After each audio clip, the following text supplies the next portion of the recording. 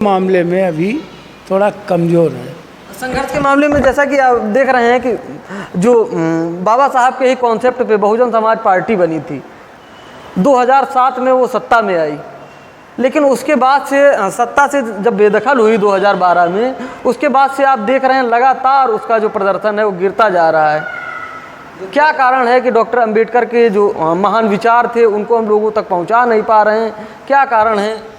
देखिए, बहुजन समाज पार्टी की विचारधारा मानवर कांसीराम साहब की विचारधारा है। मानवर कांसीराम साहब ने खड़ी की सरकार। 17 से पहले 3 बार बहन जी मुख्यमंत्री रही, 3 बार बीएसपी की, है नहीं, 7 के पहले। अब समस्या ये आती है कि जैसे 5 साल की हमारी सरकार बनी, तो जो सदियों से सताए लोग हैं वो सोचते हैं 5 साल में ही हमको सब कुछ मिल जाए, जो असंभव है। लेकिन अगर इतिहास में देखा जाए, 70 सालों के इतिहास में, तो बहुजन समाज पार्टी से ज़्यादा किसी ने नहीं दिया और सबको दिया। चाहे नौकरी के मामले में देख लो, चाहे शिक्षा के मामले में देख लो, चाहे छात्रवृत्ति के मामले में देख लो, चाहे सड़कों के मामले में देख लो, चाहे सौंदर्यीकरण के मामले में देख, और चाहे मुस्लिम समाज के मामले में देख लो, चाहे ओबीसी के समाज के मामले में। बहन जी से अच्छा किसी ने काम नहीं किया। लेकिन हमारे लोगों को बहकाने वाले जो लोग हैं, हमारे लोग ये नहीं समझ पा रहे कि हमारा दुश्मन कौन।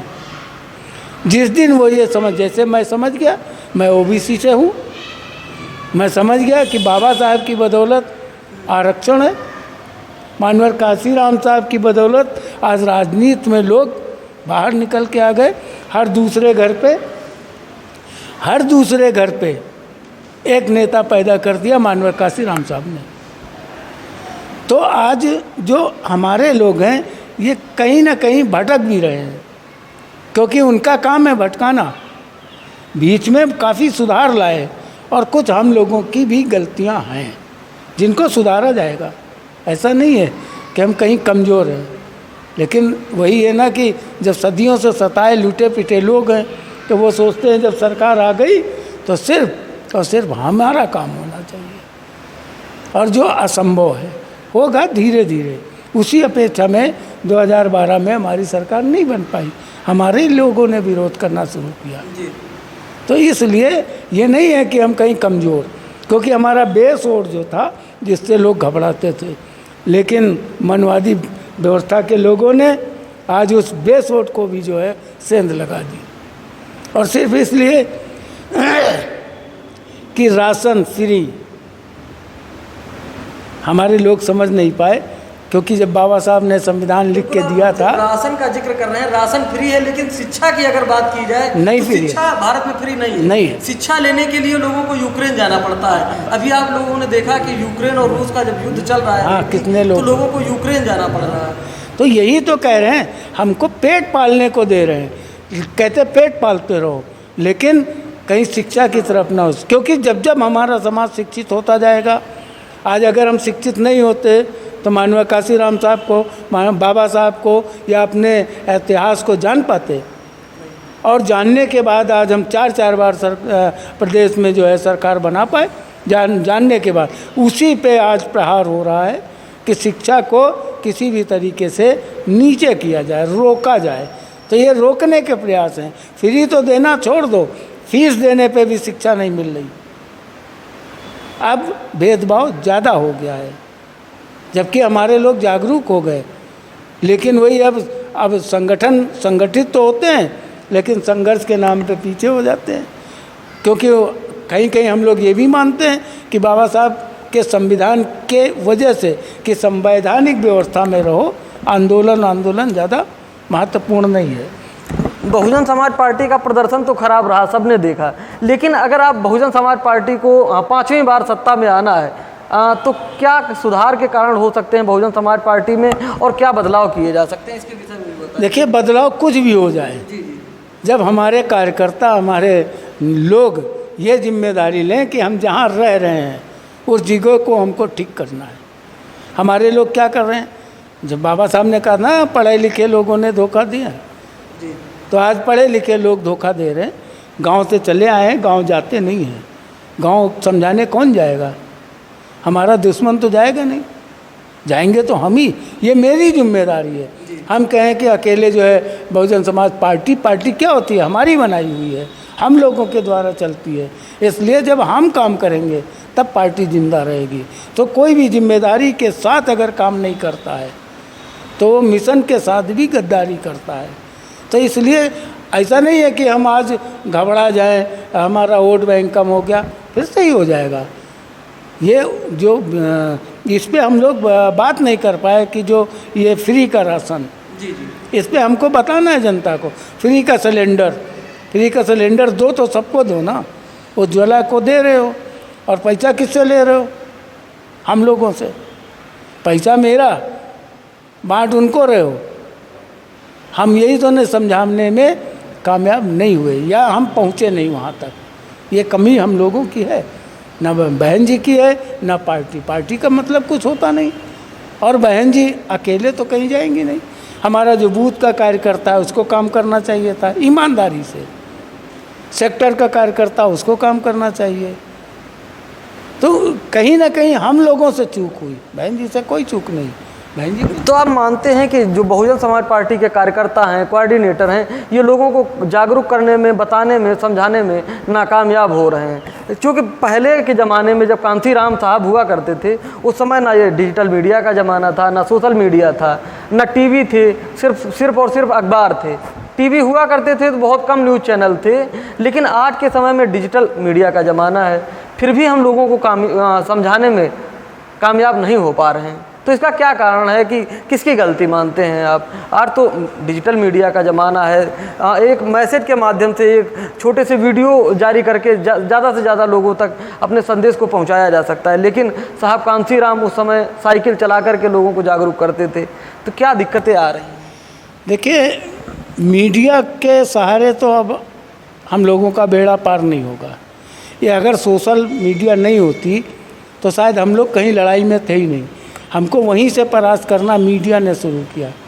मीडिया कभी बहुजन समाज पार्टी को फेस पे नहीं लाती है। आप देख लीजिए, पूरे चुनाव नहीं, पूरे पंचवर्षीय में देख लीजिए कि बहुजन समाज पार्टी बड़ी बड़ी मीटिंगें होती हैं जिनमें 20-20, 25-25 हज़ार लोग होते हैं। बहन जी की रैली में तो लाखों की संख्या में होते हैं, लेकिन कभी मीडिया दिखाती नहीं है, कभी नहीं दिखाती। दूसरे लोगों की अगर 100 लोग भी बैठे हुए हैं तो उसको इतना विस्तृत करके दिखा देते जैसे लगता है भीड़ इन्हीं के पीछे है। तो कहीं मीडिया ने हमारा साथ नहीं दिया, और मीडिया प्रोपोगंडा करके ही हमको डोमिनेट करने का काम किया है। इसलिए बहन जी ने जो मीडिया में डिबेट करने से रोक दिया, बिल्कुल सही काम किया, क्योंकि डिबेट में हमारे लोगों को हतोत्साहित करते हैं। एक तो समाज का जो होता है, पूछते हैं ना, समाज जहाँ बता दिया एससी समझ के, और उसको नर्वस करने का काम करते हैं। तो इसलिए मीडिया से तो पहले भी दूर, लेकिन इधर बीच में कुछ मीडिया पे चलने लगी खबरें, वो भी सोशल मीडिया पे। आप पेपर उठा के देख लीजिए, कहीं एक कोने में अगर 4x4 का कॉलम मिल गया तो मिल गया, दूसरों को पूरा पेज भरा रहता था। तो गुमराह करने का काम मीडिया करती है, क्योंकि बिकी मीडिया है। अगर मीडिया आज ईमानदारी से काम करती तो सरकार हमारी होती। कहीं नहीं, हम लोगों ने काम कहाँ नहीं मेरी सरकार ने किया। कभी पेपर ने ये बताया कि ये बहुजन समाज पार्टी में ये अच्छे काम हुए, कभी नहीं बताया। इसलिए मीडिया से दूर रहना ही बहुत अच्छा है। अगर बहुजन समाज पार्टी मीडिया को गलती देती है तो बहुजन समाज पार्टी अपने मीडिया को स्थापित करने का काम क्यों नहीं करती है? 4 बार पार्टी में रही, उन्होंने अपना मीडिया स्थापित करने का काम क्यों नहीं किया? जैसे कि अन्य पार्टियां करती हैं, उनके समाचार पत्र हैं, पार्टियों से ही प्रकाशित होते हैं। लेकिन बहुजन समाज पार्टी का कोई ना न्यूज़ चैनल है, ना कोई मीडिया है, ना समाचार पत्र है। तो गलती कहीं ना कहीं बहुजन समाज पार्टी की भी है। दूसरे न्यूज़ चैनलों को आप गलत कहने के बजाय खुद के अंदर भी आपको सोचना होगा, समझना होगा और अपना मीडिया स्थापित करना होगा। क्या कहेंगे आप? अब इससे जो है बहन जी को कुछ तो निर्णय लेना ही पड़ेगा। और ऐसा नहीं कि हमारे बीच में अब सोशल मीडिया चालू नहीं हुई, आप ही पूछ रहे हैं। ऐसे तमाम ऐसे हमारे जो है सोशल मीडिया के लोग, भाई लोग काम कर रहे हैं। इसी से तो बहुजन समाज पार्टी टिकी है। नहीं तो पता चला इस बार जो 13% वोट है इसको और साफ कर देते। तो इसलिए इनके द्वारा ही जो संदेश जा पाता है। अब हमारे जो गरीब लोग हैं, जो अनपढ़ लोग हैं, उनको मीडिया कुछ पता ही नहीं। उनको तो सवेरे राशन लाने के लाइन में लगा दिया, कमाने को लिए उनको हरामखोर बनाने का काम कर रहे हैं। राशन फ्री दे के हरामखोर बनाने का काम कर रहे हैं। भाई काम करके काम आप रोज़गार दो ना। ये रोटी देने से काम नहीं चलेगा, रोज़गार देने से काम चलेगा।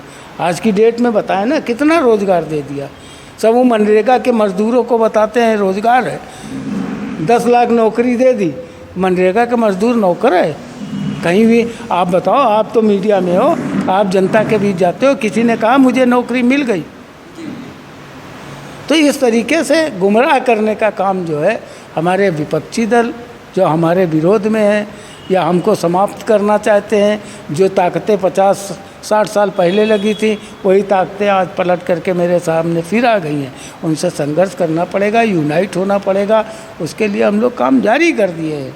लेकिन बहुजन समाज पार्टी जो है कहीं ना कहीं परिवारवाद का विरोध करके सत्ता में आई थी, लेकिन आज आप देख रहे हैं कि बहुजन समाज पार्टी जो है वो परिवारवाद की तरफ बढ़ रही है। उसकी हार का एक कारण ये भी लोग मान रहे हैं और कयास भी लगा रहे हैं। क्या कहेंगे आप इसके? नहीं, परिवारवाद एक अलग चीज़ है। कौन सी पार्टी में परिवारवाद नहीं? बहन जी के परिवार से कोई चुनाव लड़ा है बताएं? चुनाव तो नहीं लड़ा है, लेकिन जो है कि पदों पर हैं, उच्च पदों पर हैं। इसलिए ना कि नसीमुद्दीन सिद्दीकी को रखा, मौर्य जी थे, तमाम ऐसे नेता जिन पे विश्वास किया, क्या मिला? रिजल्ट क्या रहा? अभी अगर आपको कोई मारने लगे तो अगर आपका भाई है तो ही लड़ने आएगा, आपके सगा कोई है तो ही लड़ने आएगा, दूसरा कोई बचाने नहीं आएगा। और अगर दूसरों पे जिसने विश्वास किया, आज हंस तो देख रहे हैं, सब भाग गए ना। ये क्या थे? ज़मीन में थे और कहाँ पहुँचे? आसमान में। किसकी बदौलत? बीएसपी की बदौलत, बहन जी की बदौलत। सब ने धोखा दिया ना। तो आदमी विश्वास किस पे करेगा? चुनाव तो नहीं लड़ा रही ना, संगठन में लगा रही हैं। आप एक बार बताएं, वकील का लड़का क्या करता है? अपने लड़के को वकील ही तो बनाने की कोशिश करता है। तो नेता का लड़का क्या करेगा? अब स्वामी प्रसाद मौर्य कहाँ हमारे पुत्र मुँह में ना। ऐसे हमारे तमाम लोग हैं और हर पार्टी में है। उनको कोई नहीं, समाजवादी पार्टी को कोई नहीं कहता जिनका पूरा का पूरा कुनबा सपा में भी है और भाजपा में भी है। आप देखिए, यहाँ भी है और वहाँ भी है, ऐसे ऐसे नेता है। लेकिन आप विकल्प की बात कर रहे हैं और सुरक्षा की बात कर रहे हैं। साहब कांसीराम ने विकल्प के तौर पर बहन जी को ढूंढा था, तो बहन जी को भी किसी ना किसी को विकल्प के तौर पर ढूंढना चाहिए था। तो ऐसा क्यों नहीं हो पा रहा है कि बहन जी परिवार में ही जिम्मेदारी दे रही, चुनाव नहीं लड़ रही हैं, लेकिन विकल्प के तौर पर किसी दूसरे व्यक्ति को क्यों नहीं तलाश कर पा रही हैं? नहीं, कुछ ना कुछ तो होगा उनमें सोचने का कि हम किसको जो है बनाएंगे। भाई उन्होंने पहले ही घोषणा कर दिया था कि मेरा विकल्प है, घोषित नहीं कर रहे हैं। हो सकता है आज अगर घोषित कर दें तो और हमारे विरोधी कहना शुरू कर देंगे। अभी तो कह रहे परिवार को लगा दिया, परिवार से नुकसान बता दे कोई। क्या नुकसान हुआ अगर अपने भतीजे को लगा दिया?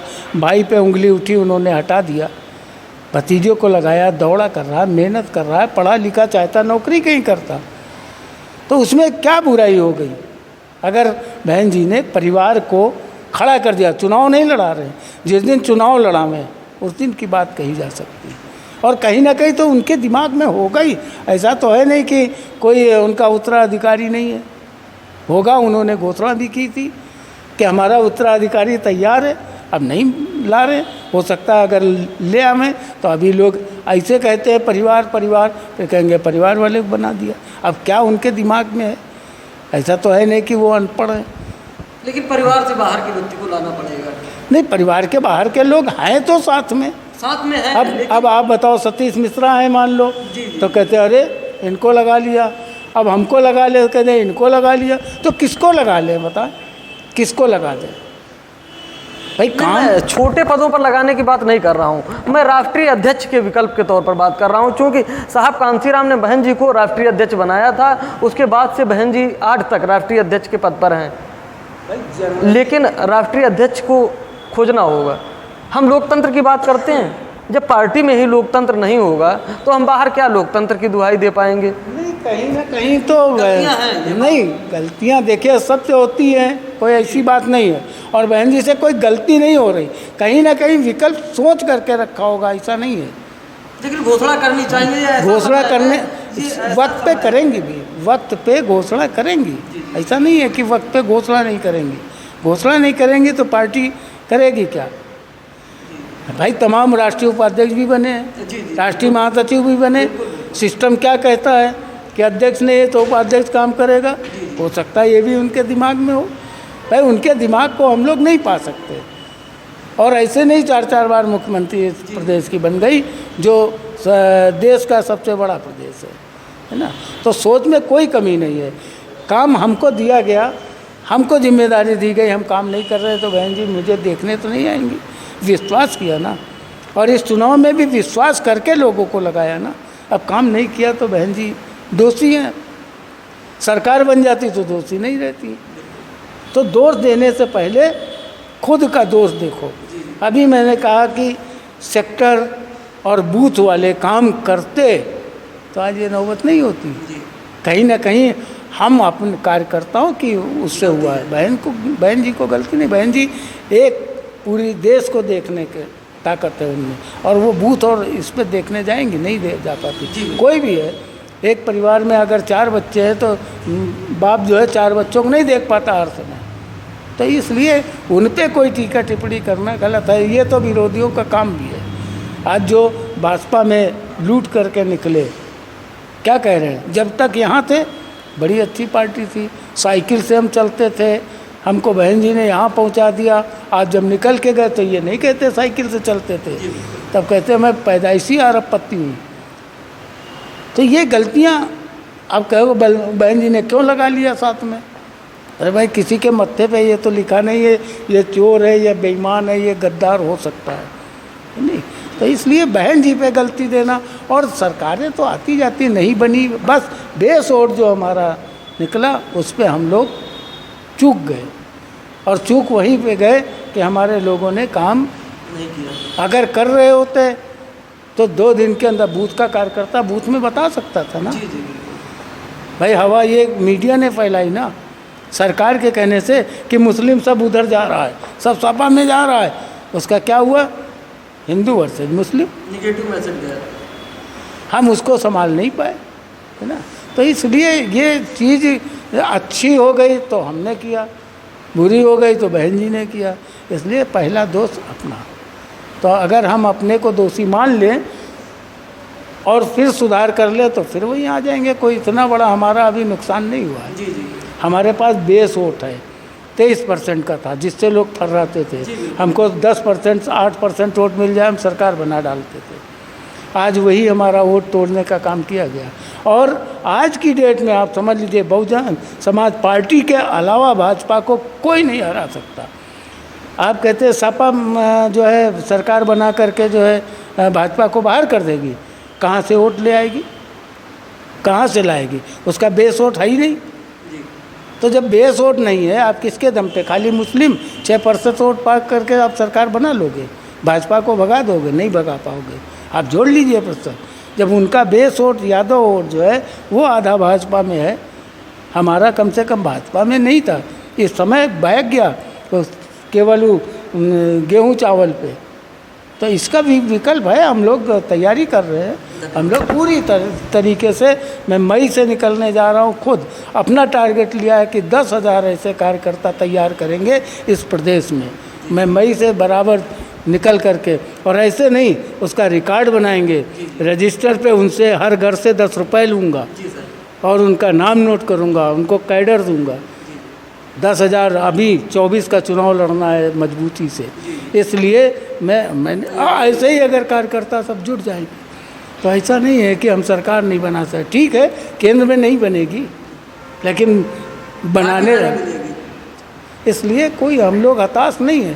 थोड़ा सा परेशानी ज़रूर हुई लेकिन उसको सब सुधार लिया जाएगा। हमारे लोगों ने वो किया है, हमारे लोगों ने काम नहीं किया, काम करते हैं। साथियों, आप सुन रहे थे कृपा शंकर जी को। वो बहुजन समाज पार्टी के भी विषय में बता रहे थे कि बहुजन समाज पार्टी में कुछ सुधार करने की ज़रूरत है। मैं जुगल किशोर, लखनऊ।